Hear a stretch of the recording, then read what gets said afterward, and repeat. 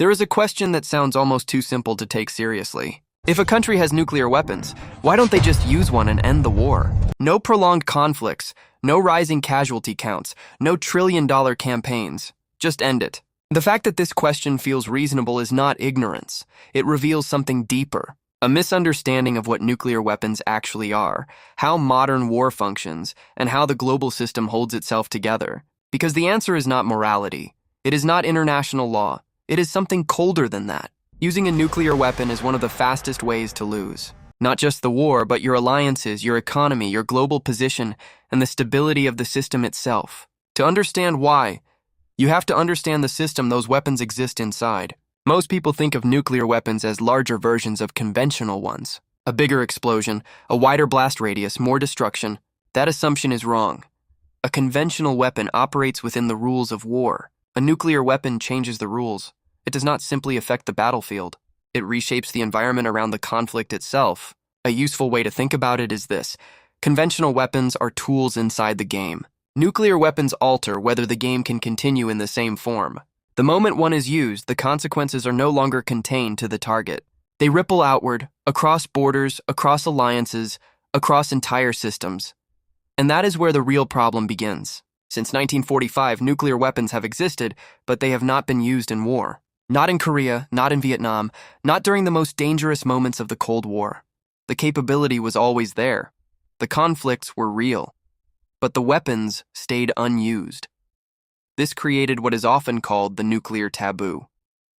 Not a law, not a treaty, a shared understanding that these weapons occupy a category where the consequences are too severe and too unpredictable to risk. Once that boundary is crossed, it does not reset.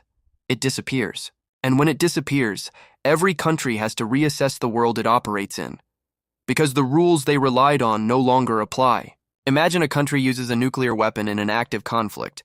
The event does not stay contained. Every nuclear-armed state immediately reassesses its position, not because they are under attack, but because the logic of deterrence has been broken. For decades, the assumption has been simple. Nuclear weapons exist to prevent their own use. The moment one is used offensively, that assumption no longer holds. Now every nuclear power has to consider a new reality. If nuclear weapons can be used once, they can be used again.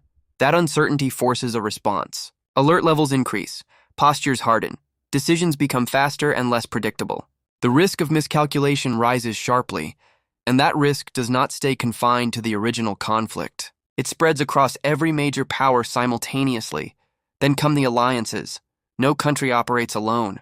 Military partnerships, intelligence sharing, logistical networks, all of it depends on cooperation. When a nuclear weapon is used, that cooperation is strained instantly. Allies face internal pressure. Public opinion shifts. Political leaders are forced to respond. Some distance themselves. Some reduce cooperation. Some withdraw support entirely. The country that used the weapon does not just face its opponent. It begins to lose the network that supports its power. At the same time, neutral countries shift, not out of ideology, but out of self-preservation.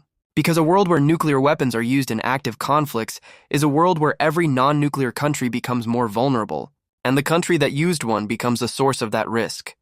The result is isolation, not gradual, but immediate.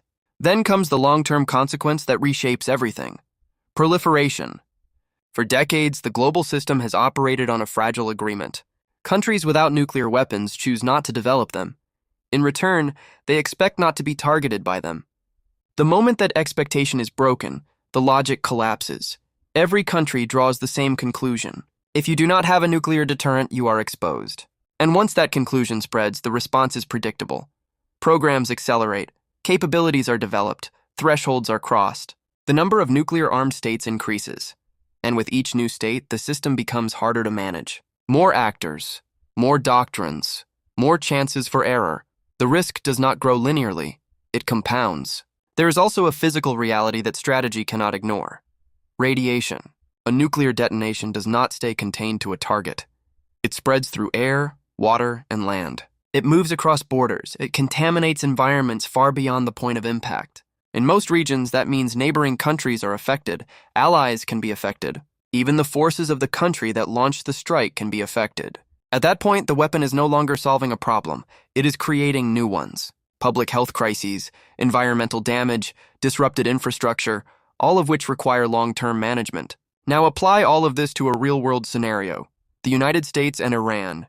The US has overwhelming military capability. Iran does not possess a deployed nuclear weapon.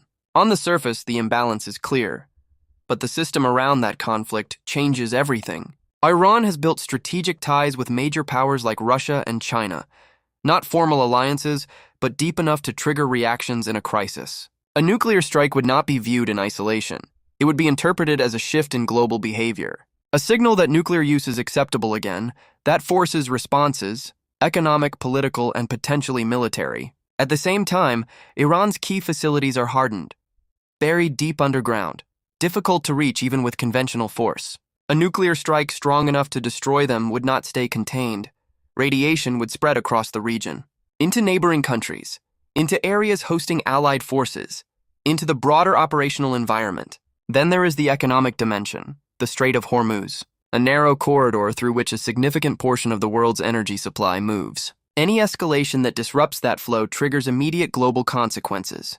Energy prices surge, supply chains strain, markets react. The country initiating the strike does not avoid those effects. It absorbs them alongside everyone else. And then there is the network dimension. Iran has spent decades building regional connections. Groups, partnerships, and capabilities spread across multiple countries. In a conventional conflict, these operate with some level of coordination. In a nuclear scenario, that restraint disappears. Multiple fronts activate. The conflict expands beyond its original boundaries. You do not end the war. You multiply it. This leads to the core reality. War is not about destruction alone. It is about achieving a political outcome. Stability, security, control. Those outcomes require an environment where they can be sustained. Nuclear weapons undermine that environment. They create instability, they trigger backlash, they increase long-term risk, and they remove the very conditions needed to define victory. A country may destroy its target, but it also destroys the framework that makes winning possible. So why don't countries use nuclear weapons to end wars quickly? Because the war does not end. It expands into alliances, into rival powers, into global systems, into long-term consequences that cannot be reversed. Because the boundary that has held since 1945 is not based on restraint. It is based on calculation. Every serious analysis leads to the same conclusion. The costs are too high, too immediate, and too permanent. The weapon that appears to offer a shortcut to victory does the opposite. It removes the possibility of a controlled outcome and replaces it with something far more dangerous, something no one can fully predict, and no one can truly control. That is why, despite decades of conflict, those weapons remain unused. Not because they cannot be used, but because the moment they are, everything changes.